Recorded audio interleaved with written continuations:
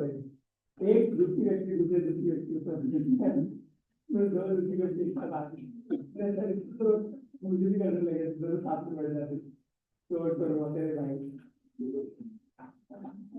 दूसरा क्या होता है, लोग क्या ही हो रहा है, अरे उनके तो आगे क्या ठीक है। तो once again happy Makar Sankranti everyone। Hopefully आप सभी लोग क्या बोल सकते हैं, ये जो ऑफिशियल है ऐसे तुम्हारा कराऊंगा very official and very special day, specially for we who follow Sanatan Dharma. हम लोग के लिए बहुत इंपॉर्टेंट दिन है ये। आज ही के दिन से जो है, आज के दिन से स्वर्ग में या हेवनली प्लैनेट का डे शुरू हो जाता है। उत्तरायण होता है स्वर्ग में, जो है क्या बोलते हैं डे टाइम को उत्तरायण बोलते हैं और रात के टाइम को दक्षिणायन। तो आज के दिन तो वहाँ के यहाँ का हमारे 56 जो होता है वो वहाँ के 12 आवर्स होते हैं, ठीक है। मतलब यहाँ का एक साल 24 मंथ, वहाँ का एक दिन होता है। तो एक दिन में दिन और रात होती है। तो जो दिन का टाइम है उसको उत्तरायण बोलते हैं स्वर्ग में, जो हमारे पहले 6 मंथ होते हैं, और नेक्स्ट 6 मंथ को उधर दक्षिणायन बोलते हैं, वहाँ भी रात्रि होती है। तो और बहुत सारे चीजें आखिरी जो हुई है, जैसे गंगा महारानी जो है वो गंगा सागर में जाके मिल जाती है ना, जहाँ पे कपिल मुनि के बच्चे, कपिल मुनि आश्रम जहाँ पे जो सागर के नीचे उनके 60,000 पुत्र उनके साथ, उनके लिए गंगा महारानी संस्थान आती है। तो गंगा को हम दर्शन नहीं कर पाते, भागीरथी जी गंगा को मिलाते हैं। तो वो आज ही के दिन से गंगा महारानी का डिपेंड होता है। आज बहुत बड़ा फेस्टिवल होता है कोलकाता में, मैं और अमन लास्ट में रहती है। जो गंगा सागर बड़ा ब्यूटीफुल प्लेस है। तो गंगा महारानी जो है वो आज के दिन से आती है। भीष्मदेव उत्तरायण में अपना शरीर छोड़ते हैं। और भी बहुत सारे जो है क्या बोल सकते होली रिवर के जो है लीला यहाँ पे होती है, और सबसे इम्पोर्टेंटली जो है इसे मकर संक्रांत बोलते हैं। संक्रांत का मतलब होता है जो सूर्य राशि के इंसान 12 राशि होती है हमारे पास, ठीक है। और 12 राशि कैसे होती है, अगर मान लो आप यहाँ पे खड़े हो, ठीक है, अर्थ के बीच में सेंटर में, और आप ऊपर देखते हो तो अर्थ को आपके 12 भाग में डिवाइड कर दो। ऊपर सर्कल दिखता है आपको बड़ा सा, तो देखो ऊपर का जितना भी एरिया दिख रहा है तो सर्कल बना लो, तो सर्कल को 12 भाग में डिवाइड कर दो, वो 12 राशि। और ये 12 राशि में सूर्य जो है एक महीना है ना, 28 एक राशि में रहता है सूर्य।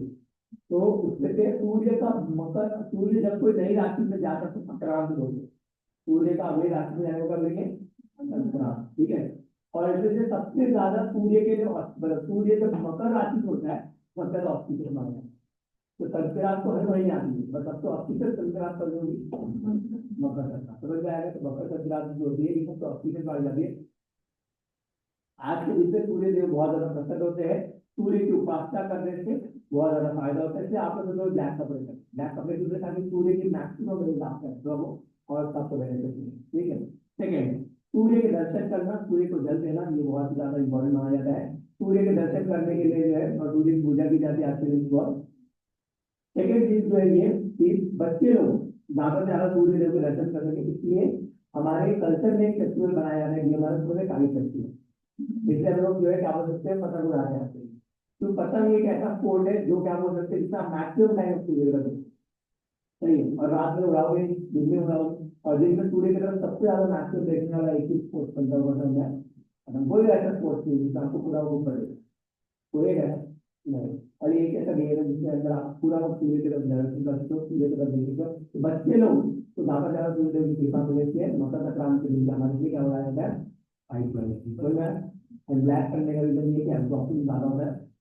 और सूर्य देव की पूजा करने के लिए, आराधना करने के लिए सूर्य देव जो है कश्यप मुनि और अदिति के बेटे, ठीक है। कश्यप मुनि आपने महाअवतार नरसिंह जी की, महाअवतार नरसिंह में पहला सीन था कश्यप मुनि और दीति होती है, दीति की जन्म, दीति के साथ गलत समय पसंद करते हैं। दीति को कश्यप मुनि मना करते, बोलते हैं कि क्या बोलते हैं गलत समय नहीं मिली। अभी शिव जी अपने क्या बोल सकते हैं प्रेत जनों को लेकर ऊपर से घूम रहे हैं, ये सही समय नहीं, अभी हमें समझ नहीं करना, बट फिर भी तंग करने की वजह से जो क्या होता है राक्षस। और अदिति के साथ सही समय पे तंग करते तो कौन से होते, सारे देवता। तो सारे देवताओं से, सारे देवताओं में सबसे पहले देवता होते सूर्य देव। अदिति के पुत्र होने से नाम पड़ा आदित्य, ठीक है। और सूर्य देव के जो रथ के वाहन है, जो रथ चलाने वाले का नाम है अरुण, क्या नाम है अरुण। सूर्य आने से पहले जो है आप देखो सूर्य उदय होने से अरुण होते हैं, क्योंकि अगर आप देखो सूर्य आने से पहले रेडिश ब्लू दिखता है, और अरुण का कलर रेड हो जाता है, इसलिए जब सूर्य जब आते हैं तो पहले अरुण देव आगे चलता है, उससे पहले जो है रेडिश ब्लू दिखता है, तो अरुण से पहले होता है, सामने सूर्य दिखता है। तो ऐसे जो है सूर्य देव का नाम जो है वो है विवस्वान। क्या नाम है? विवस्वान। तो हम अभी जो जिस सूर्य को पूछते हैं तो पर्सनैलिटी है, ठीक है, देव, वो सूर्य देव का नाम क्या है? विवस्वान। तो विवस्वान जो है उनको हम पूछते हैं। तो आज के लिए तो सूर्य को पूछना बहुत ही ज्यादा ये माना जाता है, ठीक है। आज के लिए तो सबसे बड़ी समस्या में कैंपिंग करते हैं, सबसे ज्यादा से ज्यादा तो क्या करो, कैंपिंग करो। कैंपिंग तो मोस्ट बेनिफिट है। अगर आप एक माना था दो बार आज की एकादशी मोस्ट ऑफ करवा दो, एक तो ऑलरेडी संक्रांत है, ऊपर से आज एकादशी भी है, ठीक है। तो सबसे एकादशी भी है और संक्रांत भी है, तो इसलिए जो आप ठीक है, तो आप उसको ज्यादातर कैंपिंग की है और भगवान को याद करो, ठीक है। तो होपफुली सबको समझ में आया मकर संक्रांति का मतलब क्या होता है, वायु के मकर संक्रांति और भी बहुत सारे इवेंट्स हुए मकर संक्रांति के लिए, ठीक है। और वो जब हम बात में डिस्कस करें तो यहाँ पर लास्ट में लेकिन लास्ट में आएंगे तो डिस्कस करें। अभी बढ़ जाते हैं आगे टॉपिक की तरफ। हरे कृष्णा।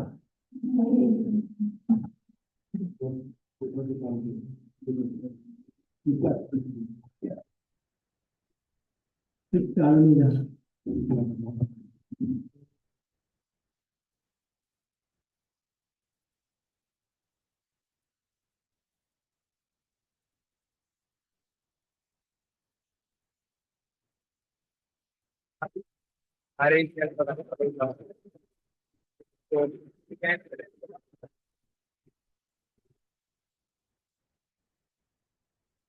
अब मतलब अभी और कभी होगा?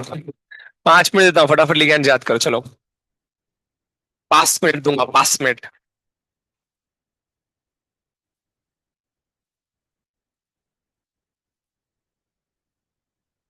90 ही ऐसे क्या करे।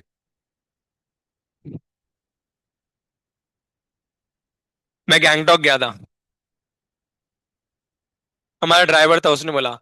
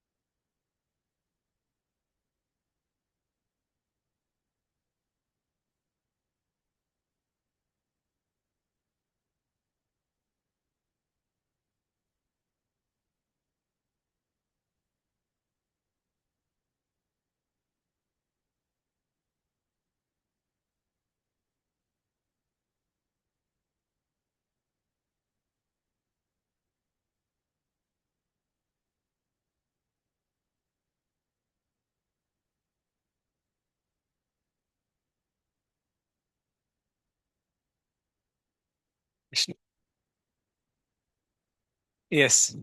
सो होप सब लोग का हो गया होगा पढ़ के। तो कुंजीर से तो क्या ही बोले, नहीं आ जाइए। आउट है।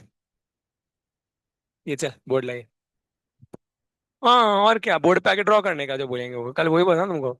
टेस्ट कैसा होता है, वैसे ही तो होता है। हाँ जो जब इन्फॉर्मेशन बोलेंगे वो लिखने का, और क्या। असं असतं मग टेस्ट कसं असतं? ए चल उठ।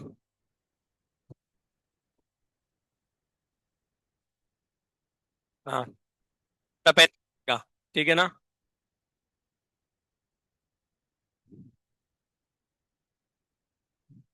सब लड़कियां काली कुत्ती, सॉरी काली कुर्ती पहन के आई।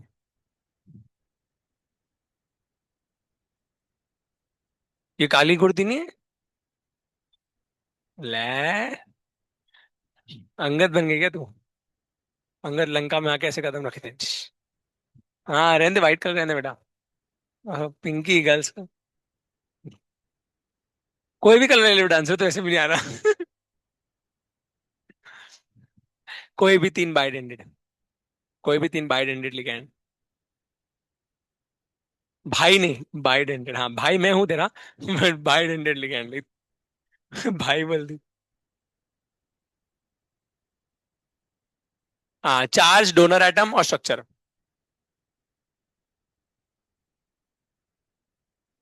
ए, मैं थप्पड़ लगाऊंगा पहले बता रहा हूँ।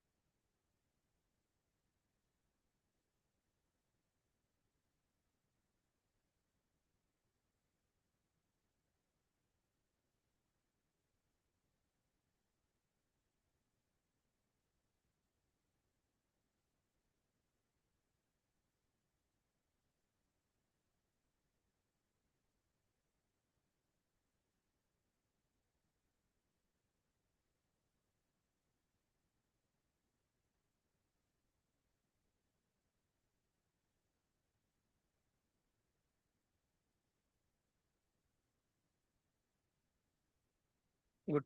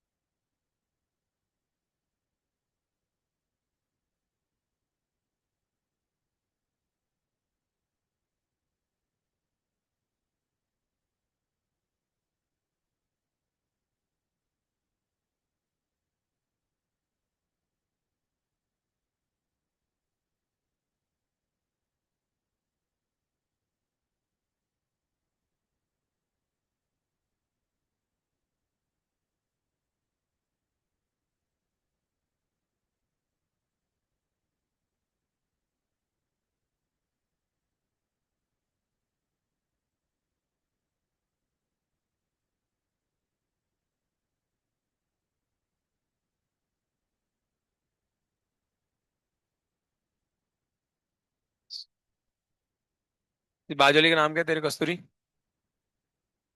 हाँ, तेरी बुराई करी थी जाने के बाद, वो जैसे अच्छा उसको भेज दिया।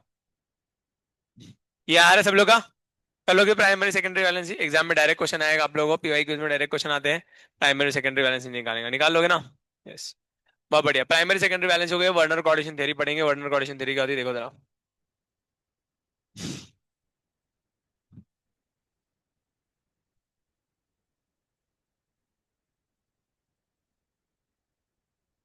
Saturday, Saturday.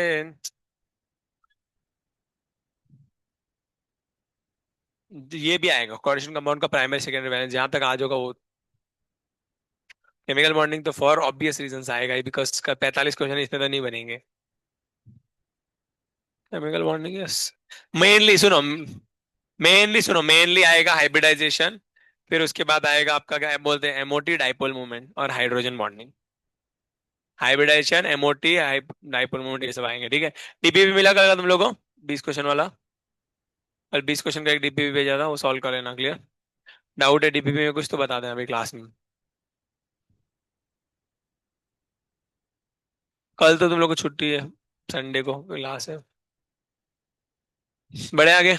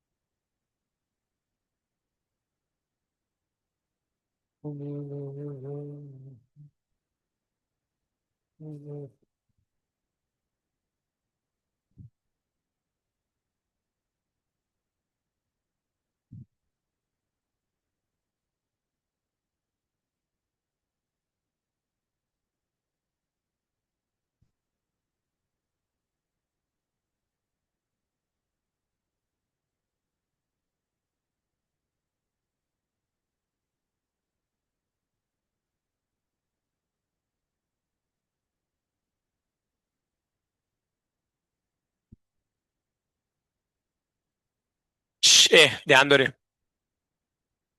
सुनो, वर्नर कोऑर्डिनेशन थ्योरी। वर्नर जो थे, उन्होंने सबसे पहले बताया कोऑर्डिनेशन कंपाउंड के बारे में।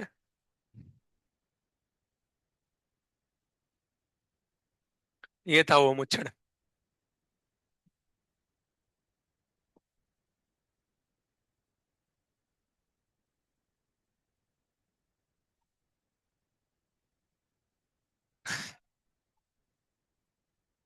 वेद। वेद को मूछ लगा दो। सेम। तुम लोग के टाइम पे सात्विक पता है तेरे को, ड्राइंग वाला आर्टिस्ट। सेम नहीं लगता? वो ज्यादा मैच करता है तुम लोग के टाइम वाला सात्विक, आर्टिस्ट वाला। यस। बढ़ता आगे, वर्नर की बात करेंगे। वर्नर कोऑर्डिनेशन थ्योरी क्या बोलती है? इसके चार पॉस्टुलेट्स है, आप लोगों को यहीं से कॉपी करने हैं, एनसीईआरटी में जो दिए हैं वैसे के वैसे। आप लोगों ने नोट्स में नहीं दिए, आपको एनसीईआरटी से कॉपी करने हैं, चार पॉस्टुलेट्स है। बड़े ही सिंपल है, देखो जरा, अभी नहीं लिखना, सुनो जरा मैं क्या बोलता हूं, पहले मेरे को एक्सप्लेन तो करने दो, बाद में लिखना।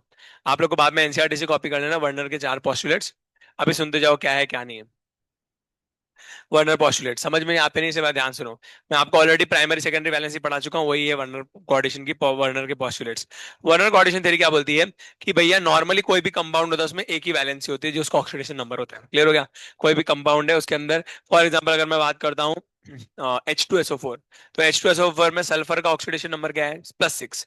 तो वही सल्फर की क्या है, प्राइमरी वैलेंसी, और वही फाइनल वैलेंसी है, समझ में आया? तो नॉर्मली कंपाउंड के अंदर जो उनका ऑक्सीडेशन नंबर होगा वही उनकी वैलेंसी होगी, जो ऑक्सीडेशन नंबर होता है वही क्या होती है, वैलेंसी, और वो एक ही वैलेंसी एग्जिस्ट करती है। बट जो तुम्हारे कोऑर्डिनेशन कंपाउंड होते हैं, कोऑर्डिनेशन कंपाउंड में दो वैलेंसी होती है, प्राइमरी और एक सेकंडरी। तो पहला पॉइंट आपको याद रखना है, कोऑर्डिनेशन कंपाउंड मध्ये दोन वॅलेन्सीज असतात, कुठले, प्रायमरी आणि सेकंडरी, दोन प्रकारचे वॅलेन्सीज असतात, प्रायमरी आणि, कळलं? येस।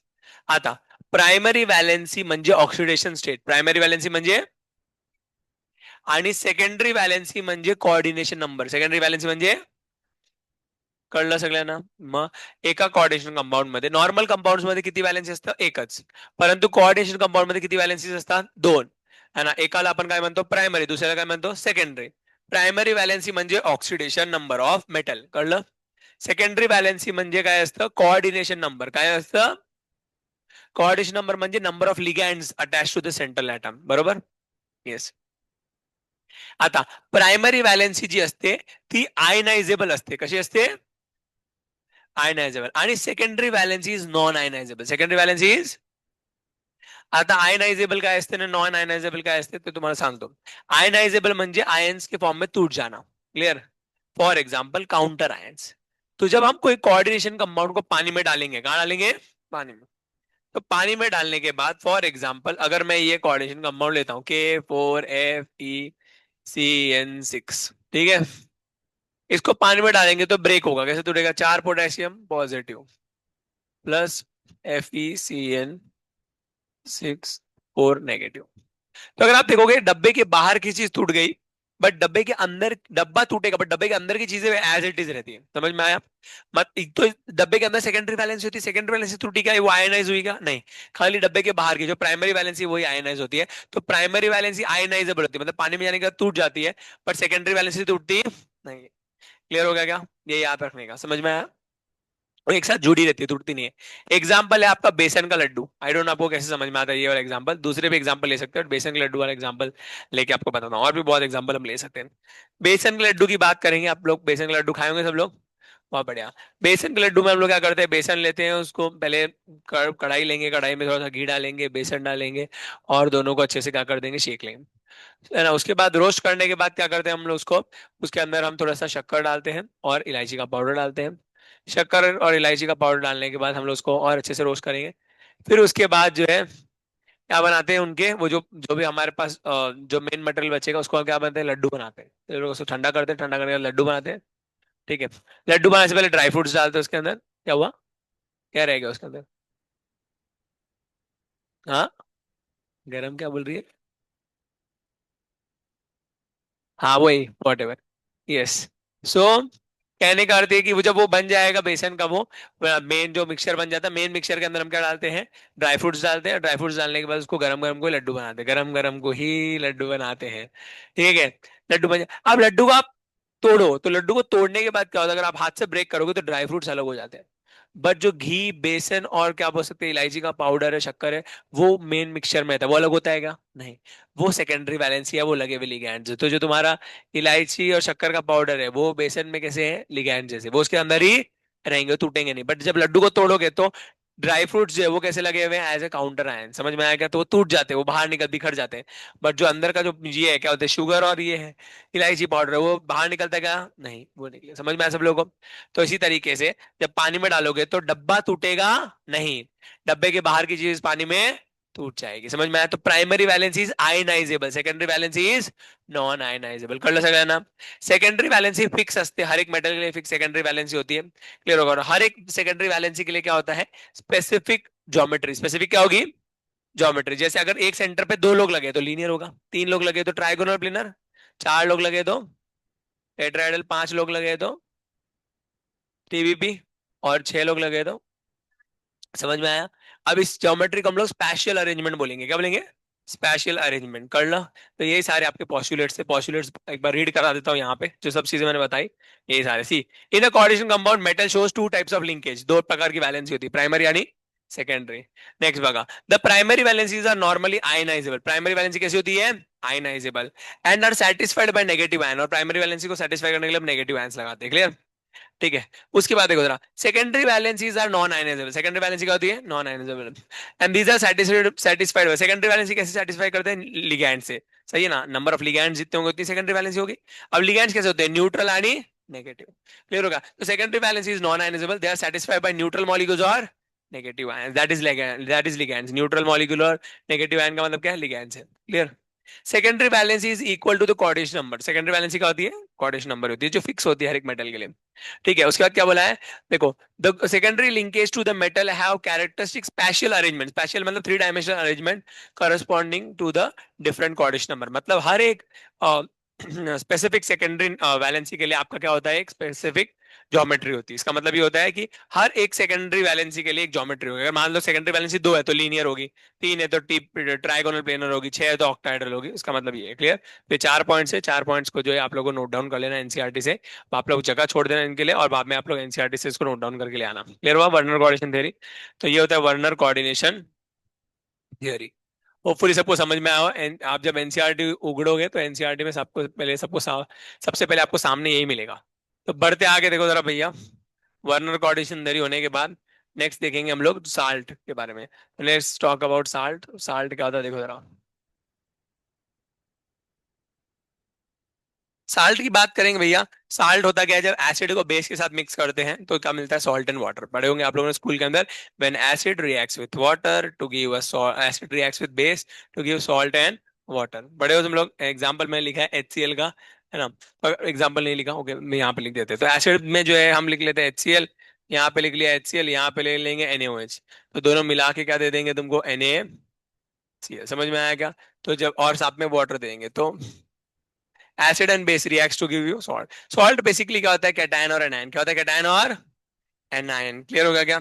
अब कोई भी चीज सॉल्ट हो सकती है, सिर्फ NaCl ही सॉल्ट नहीं होता, कोई भी चीज सॉल्ट हो सकती है। जहां पे प्लस और माइनस होगा वो क्या होगा, सॉल्ट। जब कैटायन और एनायन होते हैं सॉल्ट होते हैं, जैसे NaCl KCl ये सब क्या है, सॉल्ट है। क्लियर हो गया। सॉल्ट के 3 प्रकार होते हैं, simple salt, double salt and complex salt. 3 प्रकार के सॉल्ट होते हैं। कौन कौन से होते हैं, प्रथा ध्यान दे सुन। सिंपल, डबल और कॉम्प्लेक्स। सिंपल, डबल और कॉम्प्लेक्स। अब क्या क्या होता है ध्यान समझते जाओ। सिंपल क्या होता है, डबल क्या होता है, कॉम्प्लेक्स क्या होता है। सिंपल सॉल्ट में जब दो कैटायन, सॉरी क्या, एक कैटायन और एक एनायन होगा। सिंपल सॉल्ट में क्या होगा, एक कैटायन और एक कैटायन और एक, उसी को क्या बोलेंगे, सिंपल सॉल्ट। तो एक सिंपल सॉल्ट जो होता है isn't it, उसमें एक टाइप का कैटायन होता है, एक टाइप का क्या होता है, एनायन। क्लियर होगा क्या। जैसे मैं आपको एक एग्जांपल देता हूँ। KCl ये क्या होगा, एक सिंपल सॉल्ट हो गया, बिकॉज यहाँ पे कैटायन क्या है, पोटेशियम। एनायन क्या है, क्लोरीन। तो ये सिंपल सॉल्ट हो गया, ठीक है। एक और सिंपल सॉल्ट लेते हैं MgCl2। MgCl2 Mg क्या रहेगा, कैटायन, क्लोरीन क्या रहेगा, एनायन। तो ये क्या हो जाएंगे, सिंपल सॉल्ट। सिंपल सॉल्ट मतलब कोई भी नॉर्मल सॉल्ट जिसमें क्या होता है, एक कैटायन होगा, एक टाइप का कैटायन और एक टाइप का क्या होगा, एनायन। समझ में आया। अब डबल सॉल्ट क्या होता है, डबल सॉल्ट का एग्जांपल देखेंगे। तो डबल सॉल्ट इज लाइक तंबाकू। तंबाकू अगर आप लोग देखोगे तो तंबाकू में तंबाकू का पाउडर ये डालते हैं, इसलिए मैं बना रहा था अभी तुम लोग के लिए। ठीक है। तो तंबाकू में क्या करते हैं हम लोग, तंबाकू की पत्तियां रहती हैं जिंडे, वो लेते हैं जिन, और साथ में हम लोग क्या डालते हैं, चूने का पाउडर। ठीक है। ट्यूब में आता है चूना, एक्चुअल में तो अगर जाके देखोगे तो पाउडर मिलता है चूने का। एक्चुअल में चूने का पाउडर या रॉक रहता है। बाद में उसको पानी डाल के स्लरी बना के उसका पेस्ट बनाते हैं और फिर दुकान में उसको ट्यूब के फॉर्म में बेचते हैं। पर अगर मान लो आप लोग जो है क्या बोल सकते हैं, गांव दराज में हो, वहां पे अपने आपकी तंबाकू की खेती है। मान लो कौन है, मृदुला। मृदुला के गांव में तंबाकू की खेती है। ठीक है। तो तंबाकू की खेती है, मृदुला ने तंबाकू लिया और जाके जो है क्या बोल सकते हैं, ये कुंजीर के गांव से, छोटू के गांव से चूना लेके आई, चूना लगाती है ये। तो चूना लेके आई, थूकना नहीं, नहीं नहीं, अरे अंदर डाल ले, ऐसे मुंह पे मुक्की मार दे, अंदर चला जाएगा सब। नाक से नहीं, नाक से मत निकालना। लड़कियां नाक से पानी निकाल के दिखाती है। हाँ गुड, ठीक है हाँ। अब सुनो जरा। नहीं नहीं बेटा, सुस्ट नहीं, नहीं ना, लड़कियों की बात हो रही थी। यस। सो क्या बोला था मैं तुम लोगों को। तो कुंजीर जो है क्या बोलते हैं, उसके यहाँ से ये चूने का रॉक लेके आई, चूने का पाउडर लिया। तो पहले तंबाकू डाला, उसमें चूने का क्या डाला, पाउडर। ठीक है। बट अभी ऐसे मिक्स होंगे क्या, नहीं, क्योंकि चूना गीला होना चाहिए, सही है ना। थोड़ा सा पानी डालना पड़ेगा, तो 2-4 बूंद ऊपर पानी डाले। अब दुकान से खरीदती तो चूने के ट्यूब में ऑलरेडी पानी आता है, थोड़ा सा हल्का पानी डाल के रहते हैं, इसलिए चूना जो है वो पेस्ट के फॉर्म में मिलता है। क्लियर हो गया। तो अभी क्या करेगी, उसमें 2-3 बूंद पानी डालेगी और मिक्स करेगी, और मिक्स करने के बाद जो है बनेगा डबल सॉल्ट। क्या बनेगा, डबल सॉल्ट। तो पहला सॉल्ट क्या था, तंबाकू। दूसरा सॉल्ट क्या था, चूना। और थोड़ा सा पानी डाला, दोनों को मिक्स किया, क्या बना, डबल सॉल्ट। तो एक सॉल्ट प्लस दूसरा सॉल्ट क्या बन गया, डबल सॉल्ट। समझ में आया। जैसे KCl लिया मैंने, ये एक सिंपल सॉल्ट है। MgCl लिया, ये दूसरा सॉल्ट है। दोनों को मिक्स कर दिया, KCl.MgCl2.6H, थोड़ा सा पानी डाल दिया, 6H2 डाल दिया, तो क्या बन गया, डबल सॉल्ट। इसको बोलते हैं कार्नालाइट। क्या बोलते हैं, इस सॉल्ट का, इस डबल सॉल्ट का नाम क्या है, कार्नालाइट। समझ में आया क्या। तो जब दो सॉल्ट को एक साथ ले लेते हैं साथ में, दो सिंपल सॉल्ट एक साथ मिक्स होते हैं with some water, is known as double salt. समझ में आया सब लोगों को। अभी लिखने की जरूरत नहीं, मैंने एनसीआर, मैंने 3 एग्जांपल है इसके मेन। डबल सॉल्ट क्या है, टू सॉल्ट मिक्स्ड। क्लियर हो गया क्या। इसके 3 एग्जांपल है, तीनों बहुत इंपॉर्टेंट है, आपको डायरेक्ट क्वेश्चन आता है एग्जाम के अंदर। तीनों आपको एज इट इज याद रखने हैं। पहला आता है कार्नालाइट। कार्नालाइट आपको याद रखना पड़ेगा, KCl और MgCl। क्या होता है, KCl और MgCl। KCl MgCl2, ये क्या हो जाएगा, कार्नालाइट। नेक्स्ट, मोर सॉल्ट, मोए मोए सॉल्ट बोलते हैं इसको। इसको जो है फास्ट भी बोलेंगे। कैसे बोलेंगे, फास्ट। इसको आप फास्ट के नाम से याद रखिए, आपको इजी याद रहेगा। मोर सॉल्ट को क्या बोलते हैं, फास्ट सॉल्ट। समझ में आएगा, फास्ट सॉल्ट। फास्ट मतलब उपवास के दिन में खाने वाला सॉल्ट मत बोल देना, नहीं तो जाके दुकान में बोलोगे मोर सॉल्ट दो और दुकान एग्जाम ये उपवास के दिन के खा लोगे, मर जाओगे। ठीक है। मोर सॉल्ट जो होता है उसको फास्ट को बोलते हैं। फास्ट का फुल फॉर्म होता है फेरस अमोनियम सल्फेट। क्या होता है, ferrous ammonium sulphate. Ferrous ammonium sulphate, इसलिए नाम क्या बड़ा, फास्ट। शॉर्ट फॉर्म में इसको फास्ट बुलाते हैं। ठीक है, तो इसलिए लैब में जब यूज करते हैं तो लैब में कॉमनली हम लोग यही बोलते हैं, भैया फास्ट दे दो, फास्ट दे दो। फास्ट का मतलब क्या होता है, फेरस अमोनियम सल्फेट। मोर सॉल्ट कॉमन नेम है इसका, ठीक है।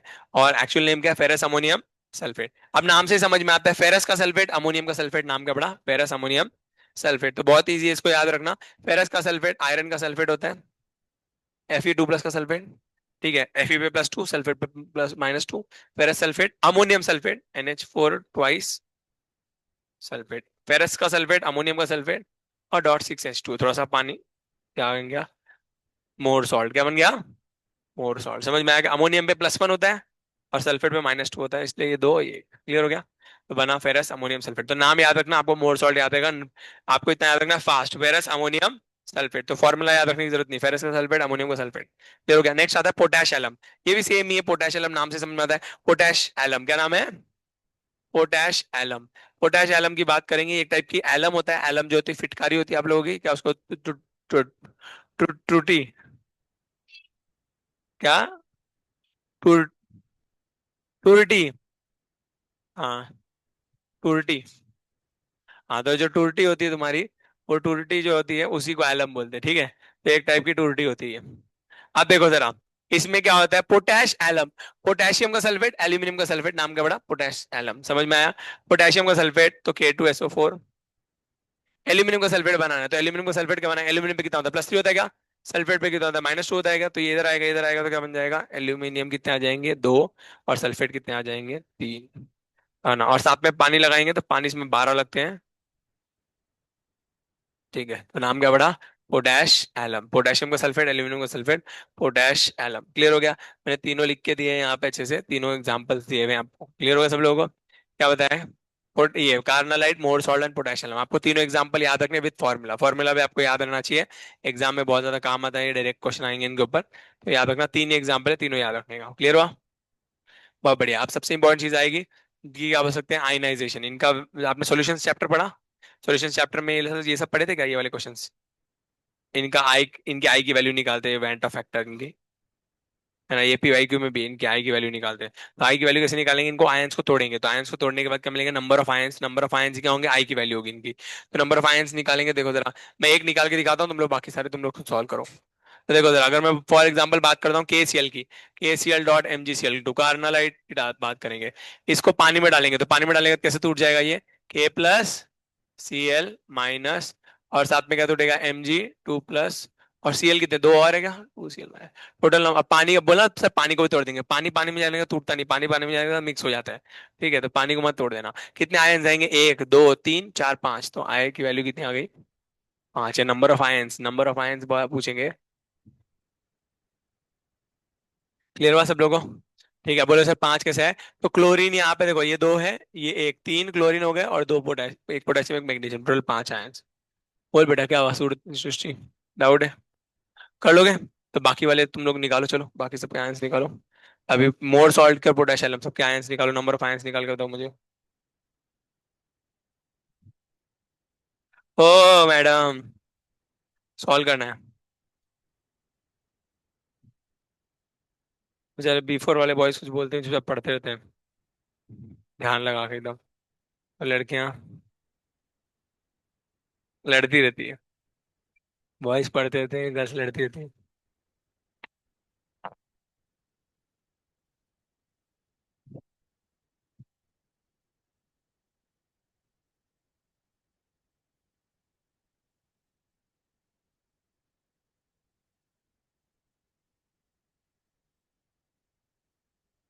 मोर सॉल्ट में कितने आ रहे हैं, 5, बहुत बढ़िया। पोटेशियम में 8, बहुत बढ़िया।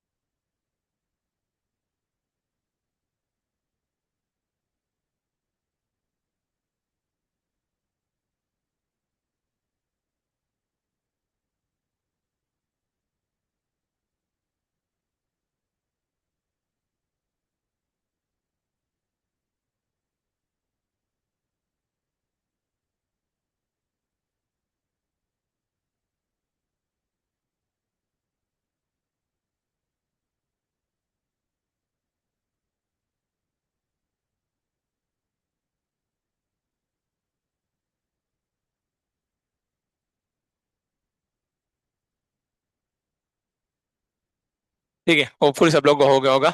तो मोर सॉल्ट में कितने आ रहे हैं तुम्हारे? 5। पोटेशियम में कितने आएंगे? 8। क्लियर हो गया? अब ध्यान सुनो, जितने ज्यादा नंबर ऑफ आयंस उतनी ज्यादा कंडक्टिविटी, उतनी ज्यादा क्या आएगी? कंडक्टिविटी। आयंस जितने ज्यादा होते हैं उतने ज्यादा कंडक्टिविटी। इसको लिख लो, number of ions is directly proportional to conductivity of the solution. Conductive number of ions is directly proportional to conductivity या कंडक्टेंस, या इसको मोलार कंडक्टेंस भी बोलते हैं। ठीक है, कंडक्टेंस बोलो, मोलार कंडक्टेंस बोलो, सब चल जाता है। Number of ions is directly proportional to conductance. चलेगा? बड़े आगे हैं। अब कॉम्प्लेक्स सॉल्ट क्या होता है देखो जरा। कॉम्प्लेक्स सॉल्ट मतलब कोऑर्डिनेशन कंपाउंड। कोऑर्डिनेशन कंपाउंड को हम लोग क्या बोलेंगे? कॉम्प्लेक्स कंपाउंड या फिर कॉम्प्लेक्स सॉल्ट। क्लियर हो गया? कॉम्प्लेक्स सॉल्ट में जो काउंटर आयन होता है वही खाली क्या होगा? आयनाइजेबल होता है, बाकी का डब्बा आयनाइजेबल होता नहीं है। तो यहाँ पे नंबर ऑफ आयंस कितने आएंगे? 4 पोटेशियम, एक डब्बा, कितने हो गए? 5। समझ में आया? तो ये कॉम्प्लेक्स सॉल्ट का एग्जाम्पल था। क्लियर? तो मैं आपको कुछ कॉम्प्लेक्स सॉल्ट के एग्जाम्पल दिख के देता हूँ, मुझे बताओ इनमें कितने आयंस आएंगे, नंबर ऑफ आयंस निकाल के बताओ।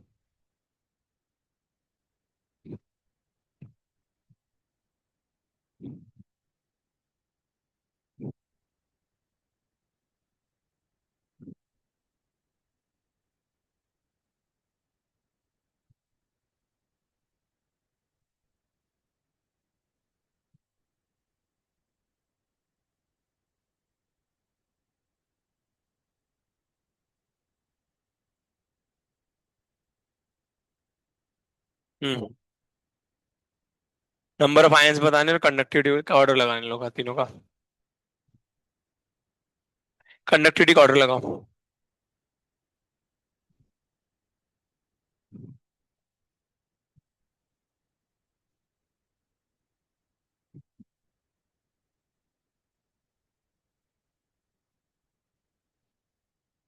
3 1 2 सही है, 3 1 2 इज करेक्ट। तो ब्रेक करेंगे भैया सबको। तो ब्रेक का आंसर सही है, 3 1 2 कंडक्टिविटी का ऑर्डर एकदम सही है। इसको ब्रेक करो, कैसे टूट जाएगा? डब्बा,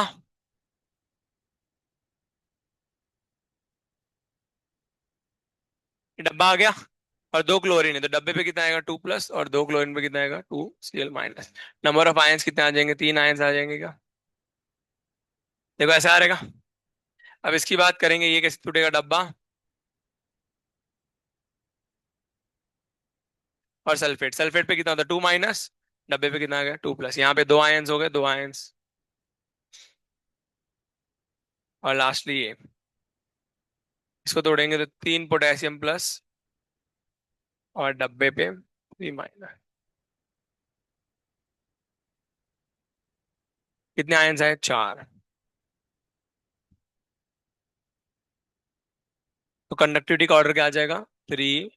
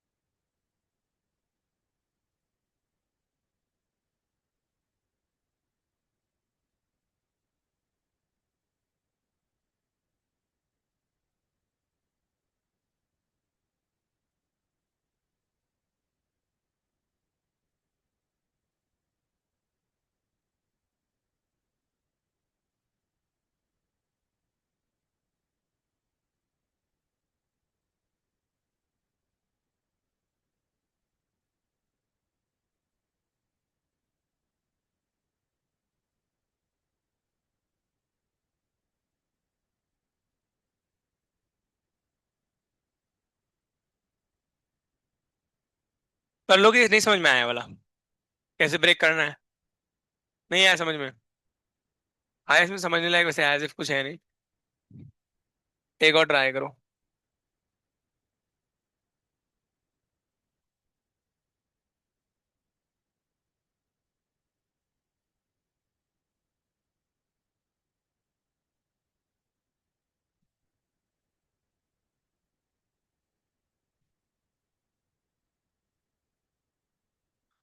कितने आयंस आ रहे हैं? 3 आ रहे क्या? बहुत बढ़िया, समझ में आया सब लोगों को कैसे किया?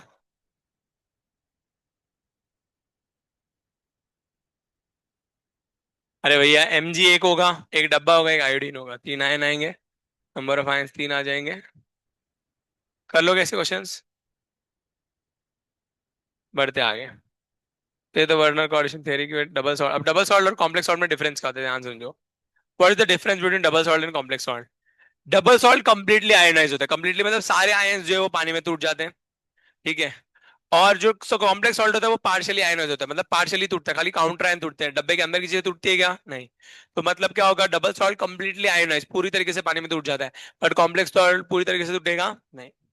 अब क्यों? क्योंकि ये पूरी तरीके से टूट चुका है, तो इसलिए इट लूजेस इट्स आइडेंटिटी, अपनी आइडेंटिटी क्या करता है? लूज। बट कॉम्प्लेक्स सॉल्ट अपनी आइडेंटिटी लूज नहीं करता, मतलब इसकी जो प्रॉपर्टीज है वो एज इट इज रहेंगे, पानी में जाने का प्रॉपर्टीज में कुछ फर्क आएगा नहीं। क्लियर हो गया? Double salt loses it's identity, it doesn't loses it's identity. तो ये एग्जांपल था, इसको डबल सॉल्ट और कॉम्प्लेक्स सॉल्ट के बीच में दो डिफरेंसेस थे, बता दी, इनको याद रख लेना। तो यहाँ पे डबल सॉल्ट और कॉम्प्लेक्स सॉल्ट कंप्लीट होता है, एमबीए ने तो बता ही दिए। नेक्स्ट आएगा ईएन रूल, देखेंगे what is EAN rule. EAN rule की बात करेंगे भैया, क्या होता है ईएन रूल? पे अटेंशन, बहुत ही सिंपल सा रूल है। EAN rule effective atomic number, इसको सिडविक थियरी भी बोलते हैं, सिडविक नाम के साइंटिस्ट ने इसको दिया था। या ना, similar to your octet rule, जैसे ऑक्टेट रूल होता है वैसे ये ईएन रूल होता है। ईएन रूल क्या बोलता है कि भैया कोई भी कंपाउंड में अगर तुम्हारे जो ईएन की वैल्यू है, ईएन की जो वैल्यू रहेगी, अभी ईएन क्या होता है, जियान का भाई ईयान होता है, ठीक है। तो जो है क्या बोल सकते हैं, जो ईयान की वैल्यू रहेगी वो किसके बराबर आनी चाहिए? सेंट्रल मेटल एटम जो रहेगा उसके नेक्स्ट नोबल गैस के बराबर, एटॉमिक नंबर के बराबर आनी चाहिए। मतलब जो भी ईएन की वैल्यू आएगी वो सेंट्रल एटम के नेक्स्ट नोबल गैस के एटॉमिक नंबर के बराबर आनी चाहिए, तभी वो कंपाउंड स्टेबल है। अब वो कैसे होगा मैं आपको सब समझाता हूँ एक एग्जांपल से, तब सब समझ में आएगा। ईएन का वैसे तो बहुत सारे फॉर्मूले दिए हुए हैं, पहले तो ईएन सिलेबस से ही निकाल दिया है, बट फिर भी इसके क्वेश्चन आते हैं आप लोगों को, और इसके फॉर्मूले अलग अलग होते हैं, बट मैं आपको सिंपल फॉर्मूला बताता हूँ, वो फॉर्मूला आपको याद रखना है, ईएन का फॉर्मूला। ईएन का मतलब होता है इफेक्टिव एटॉमिक नंबर, क्या बोला? Effective atomic number. Effective atomic number का फॉर्मूला होता है बड़ा सिंपल सा।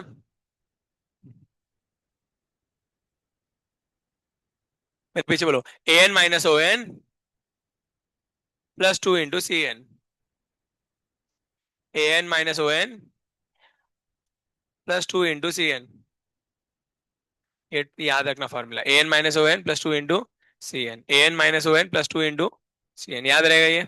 बहुत बढ़िया। अब ए एन क्या होता है? Atomic number. क्या होता है? O N oxidation number, C N coordination number. Clear हो गया? यस। अब बात करेंगे सर इसको अप्लाई कैसे करते हैं। फॉर एग्जाम्पल अगर मैं लेता हूं भैया एक कंपाउंड K4 पोटेशियम फेरोसाइनेट ले लिया, K4FeCN6। ध्यान दो, अगर मैं ये कंपाउंड लेता हूं तो ये कंपाउंड लेने के बाद क्या होगा, ध्यान से देखते जाओ। ये कंपाउंड के लिए मैं क्या निकालूंगा? ईएन की वैल्यू निकालूंगा। तो ईएन की वैल्यू निकालेंगे तो देखो जरा कैसे निकालेंगे। ईएन का फॉर्मूला क्या है बच्चा, बताओ जरा। ए एन माइनस ओ एन। तो ए एन माइनस ओ एन करेंगे तो यहाँ पे सबसे पहले क्या निकालेगा हमको? A N. ए एन क्या होता है? Atomic number. तो एटॉमिक नंबर किसका लेंगे? सेंट्रल एटम का। तो आयरन का एटॉमिक नंबर 26 होता है। ओ एन ऑक्सीडेशन नंबर क्या है आयरन का, यहाँ पे निकालो जरा। 2। सही है। +2 into C N, coordination number कितना है यहाँ पे देखो जरा, कोऑर्डिनेशन नंबर कितना है? 6 है ना। कोऑर्डिनेशन नंबर कैसे निकालते हैं? Number of ligands into density. Number of ligand 6, density कितनी है 1, तो यहाँ पे 6 आ जाएगा क्या? यस। तो 2 इंटू सी। सॉल्व करेंगे इसको। 26 - 2 24 +12 36। तो ई एन की वैल्यू क्या आ गई? 36। अब देखेंगे, अब देखेंगे जो सेंट्रल एटम है वो कौन सा है? आयरन। सही है। आयरन का एटॉमिक नंबर क्या होता है? 26। अब नोबल गैसेस की बात करेंगे, हेना, नैना और करीना, एक्सरे, रंगीन, ओरिजिनल। सही है क्या? क्या था? 2, 10, 18, 36, 54, श्रेयांशी, 118। याद है आप लोगों को? यस। अब अगर एटॉमिक नंबर 26 है, आयरन का एटॉमिक नंबर क्या होता है? तो 26 के लिए नेक्स्ट नोबल गैस कौन सी आती है? देखो चलो चेक करो। हाँ, क्रिप्टॉन आएगी क्या? अरे भैया 26 के लिए नेक्स्ट नोबल गैस तो क्रिप्टॉन आएगी। क्रिप्टॉन का एटॉमिक नंबर कितना है? और ईएन की वैल्यू भी कितनी आई? तो ये कंपाउंड स्टेबल है, समझ में आएगा? तो ईएन की वैल्यू इससे मैच करनी चाहिए सेंट्रल एटम के नेक्स्ट नोबल गैस के एटॉमिक नंबर से, तभी वो कंपाउंड क्या होगा? स्टेबल। समझ में आया मैं क्या बोला? फिर से सुनो। जो ईएन की वैल्यू, किसकी वैल्यू? ईएन की जो वैल्यू कैलकुलेट की वो किसके बराबर होनी चाहिए? सेंट्रल एटम के नेक्स्ट नोबल गैस के एटॉमिक नंबर के बराबर, तब वो कंपाउंड क्या होगा? स्टेबल। नहीं तो स्टेबल नहीं होगा, ऐसा अकॉर्डिंग टू ईएन रूल है। समझ में आया? एक और हम क्वेश्चन ट्राई करते हैं, तुम लोग ट्राई करो।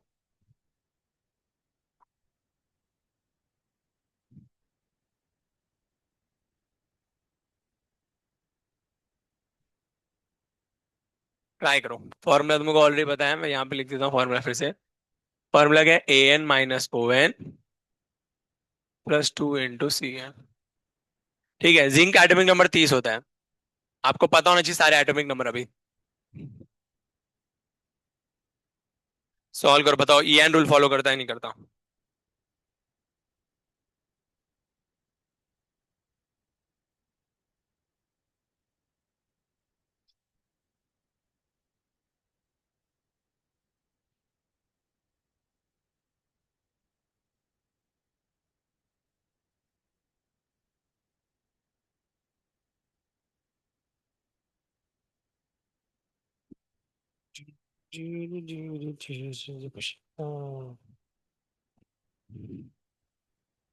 हो गया क्या?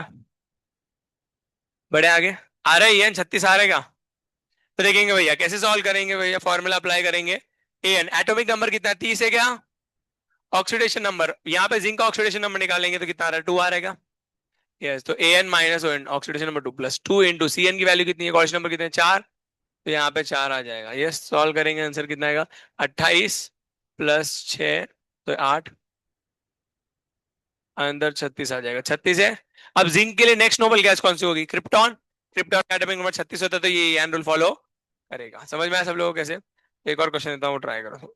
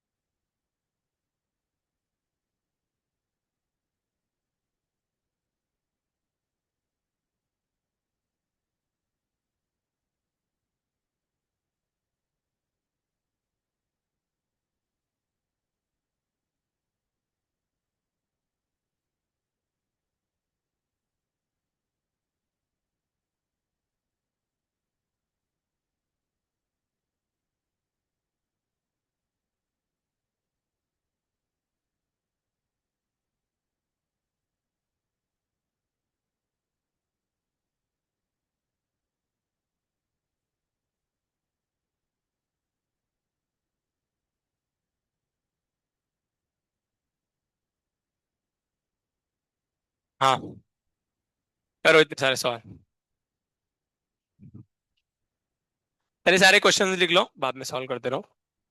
जो जो डाउट आता है, इसको नहीं आ रहा, कुछ प्रॉब्लम आ रही है तो मुझे पूछो, मैं बेंच पे आके बताता हूँ।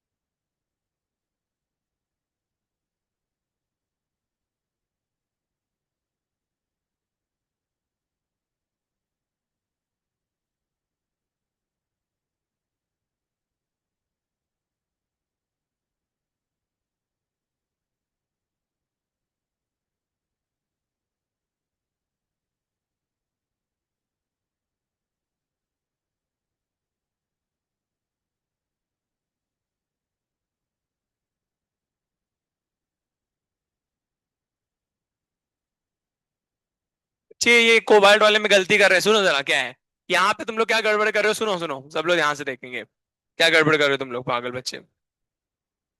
यहाँ पे दिया हुआ है पोटेशियम K3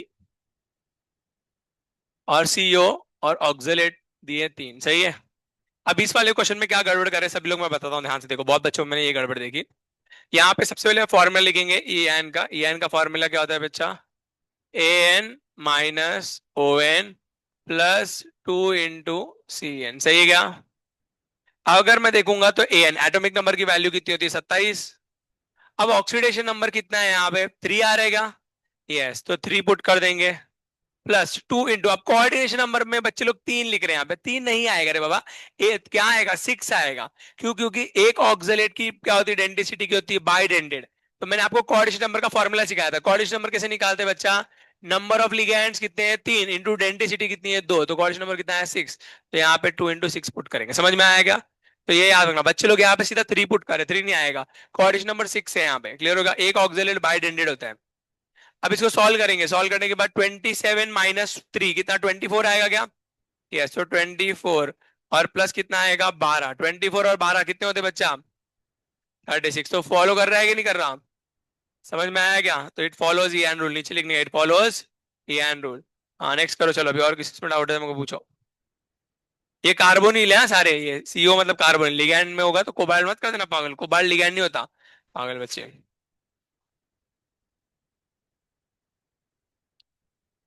जिसमें डाउट आ रहा है पूछो, बोल बेटा क्या डाउट है। सर सब कुछ ही डाउट है बोल दे, कुछ भी नहीं आ रहा, नहीं आ रहा तो पूछ ले बताता हूँ, जो नहीं आएगा पूछो मैं बताता हूँ।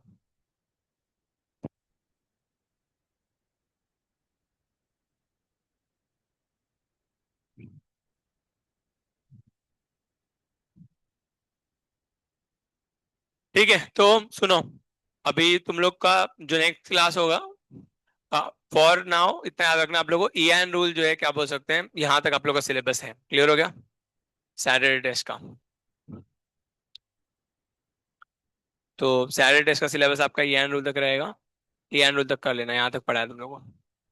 जो जो डाउट है EN रूल में अभी स्टाफ रूम में आके पूछ सकते हो आप। हरे कृष्ण। अभी कुछ डिस्कस ही नहीं हुआ, तो अभी तक चलने दो जब तक है।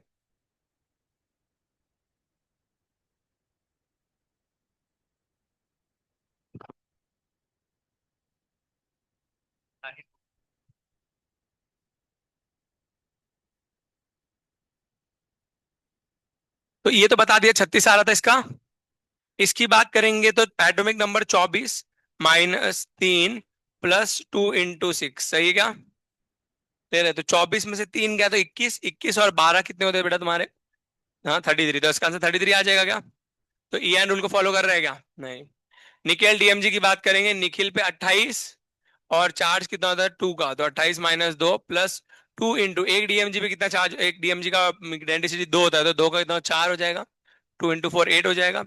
यस बहुत बढ़िया, तो यहाँ पे 2 गया तो 26, 26 और 8 36 हो गया क्या, तो ये हो जाएगा 36।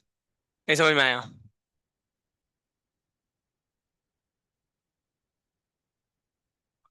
1 सेकंड रुको, 34 होंगे ना, हाँ सॉरी सॉरी सॉरी, ये कितना आएगा 34। हाँ अब देखेंगे नेक्स्ट, ये कैल्शियम EDTA वाले का, इसमें कितना आएगा, कैल्शियम पे कितने का चार्ज होता है, कैल्शियम का एटॉमिक नंबर कितना 20, एटॉमिक नंबर कितना होता है 20 और ऑक्सीडेशन नंबर 2 प्लस 2 × क्या बोल सकते हैं कोऑर्डिनेशन नंबर 6, सही EDTA का कोऑर्डिनेशन नंबर 6 होगा। तो यहाँ पे कितना आएगा 18, 18 और कितने आ जाएंगे 12, तो कितना आएगा 30 आएगा, तो 30 आ जाएगा, तो ये भी नहीं होगा, ये रूल फॉलो नहीं करेगा।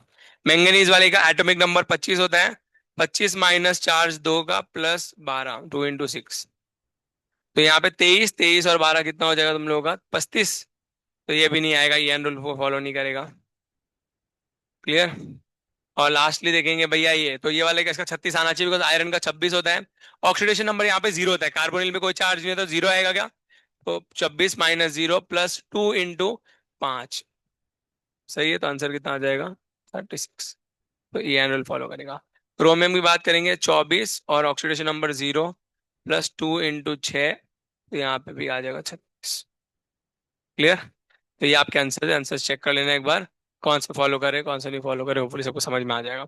नहीं आया है, फिर से पढ़ना है तो अभी स्टाफ रूम में आ जाए, फिर से बता दूंगा। पेन किसका है ये? पेन।